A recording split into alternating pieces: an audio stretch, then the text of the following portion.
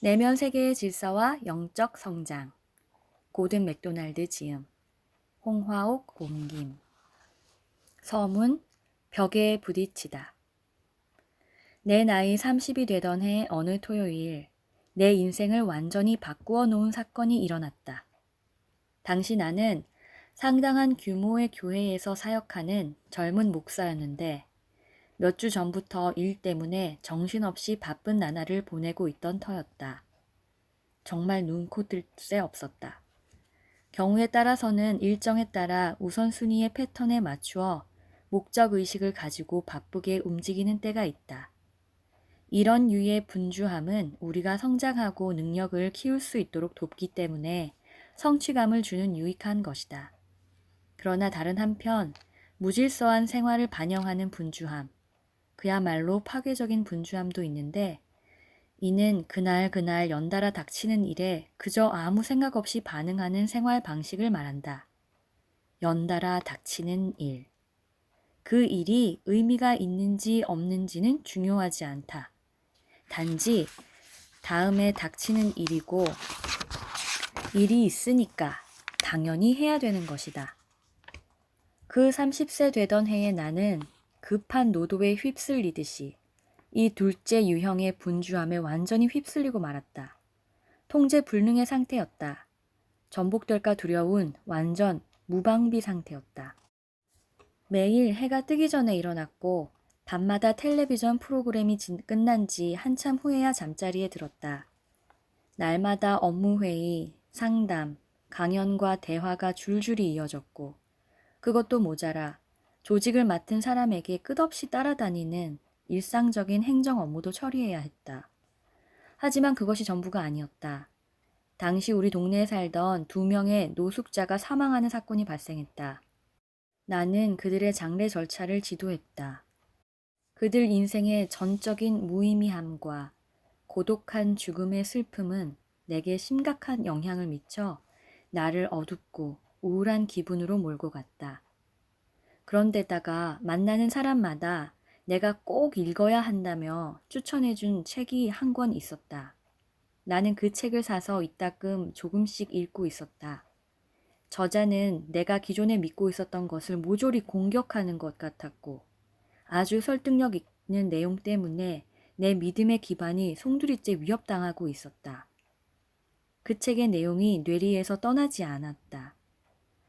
이 모든 것, 끝이 없는 일, 암울한 기분, 불안정한 생각들, 그것으로 인해 나는 완전히 고갈 상태에 빠지고 말았다.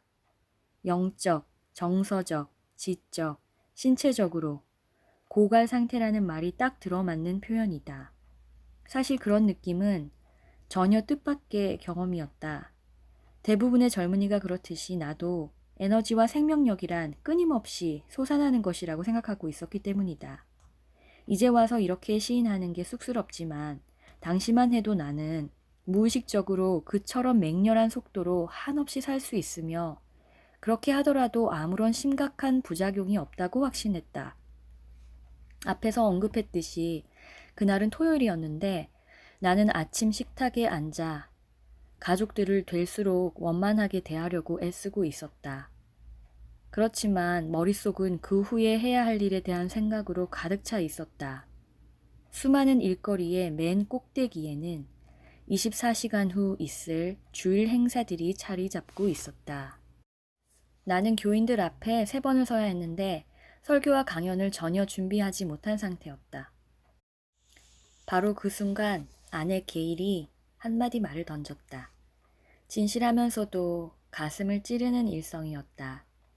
그녀는 당신 최근에 아이들과 보낸 시간이 많지 않았어요. 하고 나지막하게 말했다. 나는 울기 시작했다. 눈물 몇 방울 흘린 것도 잠깐 운 것도 아니었다. 적어도 4시간은 울었을 것이다. 추측해 보건대 가까이에서 내 영혼의 끝도 없는 심연 깊은 곳에서 흘러나오는 대단한 오열이었다. 게일은 지혜로웠다. 그녀는 아이 둘을 이웃에게 맡기고는 나를 안아주었고 나는 그 품 안에서 오전 내내 울 수 있었다. 아내는 예민한 감성을 갖고 있었으므로 내게 필요한 것은 어떤 설교나 속으로 삭히라는 식의 충고가 아니라는 것을 잘 알고 있었다. 그래서 그녀는 그 카타르시스의 순간에 나와 함께 해주며 자신과 하나님의 사랑을 확신시켜 주었다.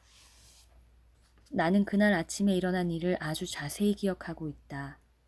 내 내면 세계는 마치 홍수로 완전히 침수된 지하실과 같은 상태였다. 하지만 이것은 전혀 가공하지 않은 감정이자 그 이면에 있는 모든 것이었다. 그리고 침수된 지하실처럼 그 물을 퍼내어야 했다. 그것이 눈물 바다를 이룬 것이었다. 그날 아침 혹시 이러다가 내가 미치는 거 아닌가 하고 생각한 순간이 몇 번 있었다. 어떤 사람들이 표현하듯 이것이 바로 망가지는 순간이 아닐까? 과거의 나는 통제권을 쥐는 데 익숙했으나 지금은 그렇지 못했다. 과거에는 타인 앞에서 강인한 모습이었으나 지금은 연약했다. 도대체 무슨 일이 벌어지고 있는 걸까? 왜 이런 순간에 대해 아무도 미리 경고해 주지 않은 것일까? 최소한 내가 이해할 수 있는 방식으로 말이다. 나는 강연을 할 때 그리고 글을 쓸 때 종종 리더십을 가지고 있는 남녀에게 그 토요일 아침에 일어난 사건을 이야기하곤 한다. 그럴 때 나는 눈물바다를 이룬 그 아침은 전무후무한 경험이었음을 조심스레 언급한다. 나도 사람들에게 눈물 보이기를 싫어하는 자아가 강한 사람이기 때문이다. 하지만 그날 일어난 일은 분명한 사실이며 나는 어쩔 수 없이 그날의 일정을 모두 취소하고 내 영혼의 상태가 무엇이 잘못되었는지 점검하지 않을 수 없었다. 그 후 여러 번에 걸쳐 나는 그날 왜 울음을 터뜨렸는지 곰곰이 생각해 보곤 했다. 어쩌면 선대로부터 아버지에서 아들로 내려온 상처와 한이 아니었을까? 나 자신의 슬픔, 곧 소년 시절을 거치면서 가슴속에 쌓여 있었지만 한 번도 해소한 적이 없는 그런 슬픔 때문은 아닐까? 혹은 지난 여러 주에 걸쳐 내면의 영적 점검과 쉼 없이 스트레스에 찌든 결과일 가능성은 없을까? 아니, 이 모든 가능성이 합쳐져서 일어난 사건일 수도. 그 토요일은 바로 섬뜩하고도 힘겨운 체험을 통해 큰 교훈을 배운 날이었다. 그것은 내가 기존의 생활 방식으로 계속 살면서 사람들의 영적 지도자가 되기를 기대하는 건 어불성설이라는 것이었다. 나는 그날 아침을 벽에 부딪힌 날이라고 부르곤 한다. 나는 한결같이 목사가 되기를 원했다. 아버지도 목사이셨고 할아버지도 어쨌든 목사이셨다. 목회 생활의 소명이 내 핏줄 속을 흐르고 있었다고 말할 수도 있겠다. 나는 어린 시절부터 커다란 기대감을 품은 채 그 방향을 향하고 있었다. 아주 어린 소년이었을 때에도 언젠가 강단에 서게 될 모습을 그리곤 했다. 약간의 영적 반항기였던 10대 시절마저도 장차 내가 하나님의 부르심에 굴복하여 그분의 뜻대로 될 순간, 즉 사람들의 영적 목자인 목사가 되는 날이 오리라는 것을 알고 있었다. 타고난 선생이신 아버지는 교회를 이끌어가는 법에 관한 모든 것을 내게 가르쳐 주셨다. 아주 어릴 때부터 나는 말하는 법을 쉽게 배웠다. 사교적인 기술도 마찬가지였다. 사람들과 관계 맺는 법과 재빨리 판단하는 법을 알았으며 당면한 문제들을 가능한 한 넓은 관점에서 보는 법도 배웠다. 나는 천성이 아이디어가 풍부하고 비전을 품은 인물이었으며 사람들이 나를 따르도록 설득하는 능력도 있었다. 이 모든 것은 당신이 혹은 적어도 내가 타고난 재능이나 소질이라고 부르는 것들이다. 어떤 이들은 살다 보면 이런 것들을 우리 기질과 인생 경험을 통해서 그리고 가족과 가까운 친구의 영향을 받아 지니게 된다. 이런 천부적인 재능들은 목회 사역에서 내가 아주 빠른 출발을 하는데 필요한 거의 전부였다. 여기서 빠른 출발이라는 말은 어떤 직업 분야에서든 젊고 야심 있으며 인상적인 남자 혹은 여자를 빛나게 만들 수 있는 그런 것들을 지칭한다. 빠른 출발이란 남들이 알아주는 성공이라는 어휘와 통한다. 많은 인원, 거금, 갑작스러운 승리, 순식간의 명성, 중요한 인물과의 회합 등이 여기에 속하는데 나는 이런 것들을 요즘에는 비교적 하찮게 여기지만 당시만 해도 상당히 심각하게 고려하게끔 유혹을 받았다. 내게 빠른 출발이 의미했던 바는 이렇다. 28세에 신학교를 졸업하자마자 나는 교인이 수백 명 되는 중서부의 한 교회로부터 목사 초빙을 받았다. 처음 두어 해 동안에는 하는 일마다 대부분 성공적이었다. 글쎄 전부는 아니었지만 거의 그렇게 보였다. 내가 언급한 타고난 재능에 덧붙여 이런 빠른 출발에 기여했던 아주 실제적인 다른 이유도 있었다. 이를테면 매우 성숙하고 통찰력 있는 아내가 있었는데 아내는 자기의 힘, 영적인 그리고 기타 모든 그 힘을 모조리 내 사역에 투입했으며 무수히 많은 잘못된 판단에서 나를 구해주었다. 또 하나, 내 전임자가 과거에 리더십을 행사하면서 심각한 잘못을 범했던 탓에 그와 대조적으로 내가 하는 행동을 교인들이 되게 호의적으로 봐주었다. 인간적으로 말하면 미래는 너무나 밝아 보였다. 심지어 학창시절의 내력을 보아 내가 어떤 인물이 될지 우려했던 이들조차 장차 내가 특별한 인물이 될 것이라고 기대하기 시작했다. 사역이라는 것이 천부적인 재능과 시의 적절한 기회 포착, 사랑하는 이들로부터의 전폭적인 지원 등이 전부라면 나는 승승장구의 도상에 있었음에 틀림없다. 천부적인 재능, 우리 모두에게 그런 것이 있다. 글쎄, 어떤 이들은 다른 이들보다 더 많이 갖고 있을 것이다.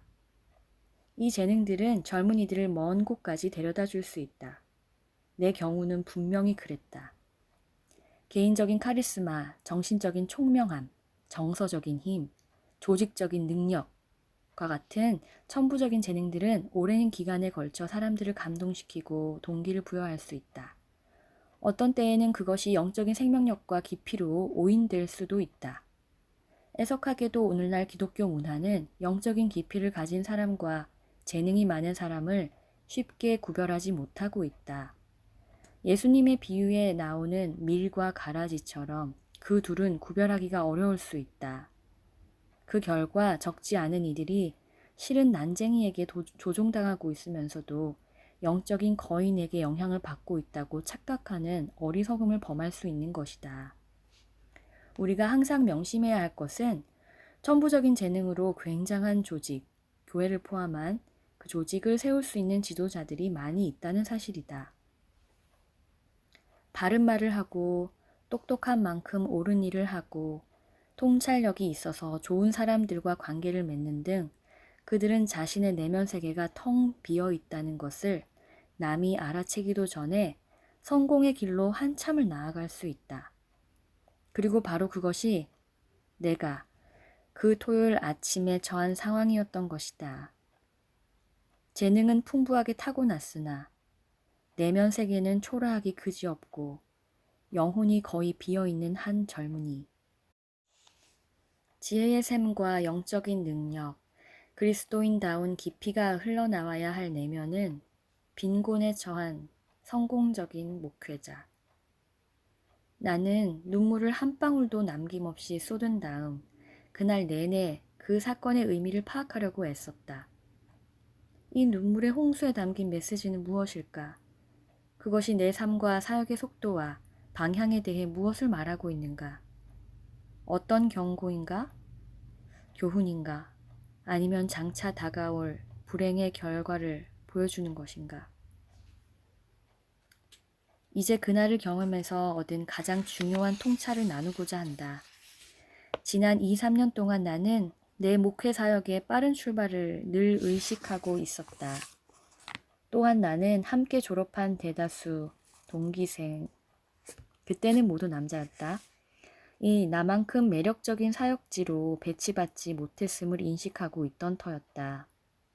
어떤 의미에서는 많은 이들이 내가 가진 특권, 선생님 같은 아버지, 천부적인 재능, 좋은 인간관계 등 그 특권을 누리지 못하고 있었다. 그 결과 그들은 더 열심히 일하고 더 주의 깊게 스스로를 훈련하고 내가 걱정할 필요가 없다고 여긴 내적인 깊이를 더욱 개발해야 했던 것이다. 그런데 뜻밖의 문제가 생겼다. 바로 그날 앞으로도 항상 그러리라는 보장이 없다는 사실이 내게 놀라울 정도로 명확하게 다가온 것이다. 오히려 몇 년 안에 변화가 있을 것이라는 직감이 들기 시작했다. 자신의 삶에서 훈련에 힘쓰는 이들 혹은 의도성을 가지고 노력하는 이들은 장기적으로 열매 맺는 인생을 살 가능성이 높다. 또한 그들 인생의 황금기는 그런 훈련과 깊이의 보상을 받는 인생 후반기가 될 것이다. 그리고 나처럼 천부적인 재능에 크게 의존하는 이들은 인생 초기에는 어느 정도 높은 지점에 도달했다가 후반기에는 평균 수준으로 떨어질 확률이 높으리라. 전자의 경우는 풍부한 영적 자질을 지닌 사람으로 일컬어질 것이다. 당시의 내 모습은 글쎄요, 그는 분명 용두사미격인 인물이었죠. 라고 평가될 가능성이 높을 것이다. 이 얼마나 인생을 허망하게 사는 길인가. 하나님을 기쁘시게 하지 못하고 스스로에게 후회스러운 혼란을 안겨주는 인생 말이다. 내 인생 시나리오가 그렇게 될지도 모른다는 생각을 도무지 견딜 수 없었다. 바로 이런 깨달음과 혐오감이 그 토요일을 내 인생의 전환점으로 만들어 주었다. 그날 하루가 끝날 무렵 일종의 회심과 같은 경험을 했다고 해도 무방할 것이다. 나는 의도적으로 삶을 재정돈하리라고 결심했고 최선을 다해 천부적인 재능에 기초한 삶과 사역의 길에서 뛰쳐나와 훈련과 의도성의 기반을 둔 길로 바꾸겠다고 마음먹었다. 이 책의 제목을 따라 표현하자면 내면 세계의 질서를 바로잡기로 다짐한 것이다.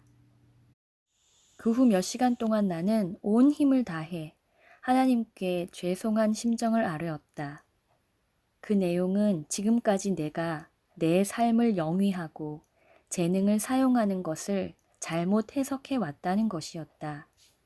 나는 그분이 변화를 갈망하는 내 심정을 아시기를 기대했고, 만일 그분이 내 영적 여정에 개입하셔서 새로운 훈련 과정에 들어서도록 도우실 의향이 있다면 나도 최선을 다해 귀 기울이고 싶다는 사실을 말씀드리고 싶었다. 사실 내가 추구한 것은 가장 거창한 용어로 표현하자면 인생의 혁신이었다. 그렇다고 모든 것이 순식간에 바뀐 것으로 생각하지 말기 바란다. 그렇게 되지 않았다. 매우 열심히 노력해야 했다. 사실 수년에 걸친 고된 노력이 필요할 것이다. 내가 고된 노력이라고 말하는 이유는 자신의 사적 및 공적 세계를 혁신하거나 재정돈하는 일이 사소한 문제가 아니기 때문이다. 그리고 이 작업은 결코 완성될 수 없는 일이다. 나는 그제서야 내가 무덤까지 가지고 가야 할 문제들이 있다는 것을 깨닫게 되었다. 내 인생을 혁신하는 과정에서 첫걸음 역할을 한 것은 단순하게 생긴 스프링 노트 한 권, 곧 일기장이었다. 나는 이따금 일기에 대해 읽으면서 얼마나 많은 위대한 성인들이 일기를 썼고 그들의 내적, 외적 생활을 후대에 전해 주었는지를 알게 되었다. 아울러 내가 흠모하는 현대 작가들 일부가 여러 해 동안 일기를 썼다는 사실에 주목하였다. 어쩌면 여기에 어떤 비밀이 있지 않을까 하는 생각이 떠올랐다. 그 생각은 옳았는데 일기로 인해 나는 나 자신과 활발하고 의미 있는 대화를 시작할 수 있었기 때문이다. 느낌, 의문, 결론, 신비 등과 같은 것을 아무리 엉성할지라도 모두 글로 표현할 수 있었다. 사건들과 거기에 담긴 더 큰 의미는 나중에 회상하면서 기록할 수 있었다. 그리고 기도 내용과 성경 및 영성 분야의 고전에서 얻은 통찰도 글로 기록함으로써 잃어버리거나 잊지 않을 수 있었다. 그날 밤 나는 새 일기장에 첫 번째 일기를 썼다. 아침 일찍 일어난 사건과 눈물에 관한 이야기를 기록했다. 꽉 막혀버린 내 영혼을 대면하면서 느낀 감정이 어떠했는지를 표현했다. 그리고 나는 몇 가지 거창한 약속을 맺었다. 매일 일기를 쓰겠다는, 날마다 일을 멈추고 내가 어디에 있는지, 그리고 어디로 가고 있는지 점검하겠다는 약속을 했다. 마지막으로 나는 내 삶을 통제하고 질서 있게 만들겠다고 선언했다. 이제 다시는 그날 아침과 같은 경험을 하지 않으리라고 확신했다. 이 선언들과 기타 여러 약속을 지키기란 결코 쉽지 않았다. 나는 천성적으로 질서정연한 사람이 아니다. 나는 일을 스스로 잘 알아서 하는 편은 아니다. 새로운 일을 시작하기 전에 하던 일을 끝내는 사람도 아니다. 아주 세세한 일을 하는데 서투르다. 약속한 일을 쉽게 잊어버린다. 쉽게 삼천포로 빠지는 경향도 있다. 백일몽을 꾸는 유의 사람이다. 나는 아주 쾌활한 성격이어서 은연중에 이 모든 일을 즐겁게 만들고 싶은 함정에 빠질 소지가 많다. 당신도 추측할 수 있듯이 내게는 혁신해야 할 부분이 많았던 것이다. 이처럼 원자재에 가까운 재료를 갖고 질서 정연한 삶을 세우는 것, 그것이 바로 내가 해야 했던 일이다. 내면 세계의 질서와 영적 성장의 초판을 읽은 독자들이 내게 다가와 당신은 아주 자연스럽게 삶의 질서를 잡을 수 있으니 참 좋겠군요. 하고 말하는 경우가 한두 번이 아니다. 그들은 다음과 같은 내 대답을 듣고 깜짝 놀라게 일쑤다. 그 책은 천성적으로 질서 정연한 사람이 쓴 책이 아닙니다. 그 책은 자신이 어떤 인물이라도 되려면 삶을 제대로 정렬하지 않으면 안 되는 천성적으로 무질서한 사람이 쓴 것입니다. 대부분의 경우는 이런 말을 듣고 격려를 받는다. 서문을 끝내기 전에 한 가지 필수 불가결한 원칙을 강조하지 않을 수 없다. 내면 세계의 질서는 속마음으로부터 변화되는 문제이지 외부가 바뀌는 문제가 아니다. 우리는 어떤 도구들, 몇 가지만 들자면 컴퓨터용 일정 관리 프로그램, PDA, 휴대폰, 전자수첩을 사면 삶이 깔끔하게 정리될 것이라는 유혹에 너무나 많이 빠진다. 하지만 그렇게 되지 않는다. 그런 장비들은 잊어버리고 속마음, 곧 당신의 내면 세계로부터 시작하라. 우리가 추구하는 질서는 삶의 내면을 철저하게 정련하는 것으로부터 시작된다. 타인의 도움을 받아야만 응답할 수 있는 까다로운 질문으로부터 시작된다. 중독성이 강하고 파괴적인 신념과 원리들의 정면으로 도전함으로써 우리에게 더 나은 것이 무엇인지 알고 계시는 하나님의 음성에 귀 기울임으로써 말이다. 오늘 나는 30세가 되던 해 그 토요일, 벽에 부딪힌 나를 뒤돌아보면서 그날이야말로 내 인생 여정에서 가장 중요한 날 중 하나임을 깨닫는다. 경고음이 요란하게 울린 그날, 내면 세계에 무언가 변화가 일어나지 않는다면 그것은 내가 나아가고 있는 방향 때문이었음을 너무나 분명하게 볼 수 있었던 날이었다. 바로 그날 나는 내면의 질서, 그리고 그에 따른 외적인 질서를 정립하려고 애쓰기 시작한 것이다. 그 여정은 오늘까지 계속되고 있다.